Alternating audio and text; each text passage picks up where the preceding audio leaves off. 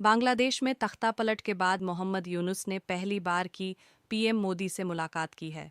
दोनों नेताओं की यह मुलाकात थाईलैंड की राजधानी बैंकॉक में हुई, जहां वे बिम्स्टेक शिखर सम्मेलन में भाग लेने पहुंचे हैं।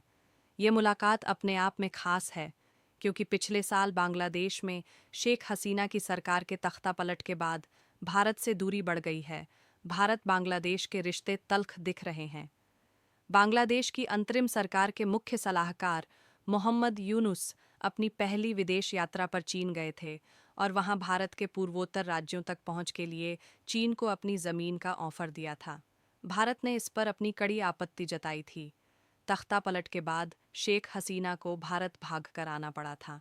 सत्ता परिवर्तन के बाद के महीनों में भारत ने बांग्लादेश में अल्पसंख्यकों पर हमलों की खबरों पर चिंता भी व्यक्त की, जबकि ढाका ने इस बात पर जोर दिया है कि बांग्लादेश के अल्पसंख्यक बांग्लादेश का मुद्दा है। बांग्लादेश की तरफ से भले खिलाफत के सुर सुनाई दे रहे हैं, लेकिन भारत ने अब तक इस पड़ोसी देश के लिए बड़ा दिल दिखाया है। पिछले सप्ताह ही प्रधानमंत्री मोदी ने बांग्लादेश के राष्ट्रीय दिवस के अवसर पर यूनुस को एक पत्र लिखा था, जिसमें उन्होंने बांग्लादेश मुक्ति संग्राम को साझा इतिहास बताते हुए आपसी संवेदनशीलता के महत्व पर प्रकाश डाला था। उन्होंने लिखा था, हम शांति, स्थिरता और समृद्धि के लिए अपनी साझा आकांक्षाओं से प्रेरित होकर तथा एक दूसरे के हितों और चिंताओं के प्रति आपसी संवेदनशीलता के आधार पर इस साझेदारी को आगे बढ़ाने के लिए प्रतिबद्ध हैं।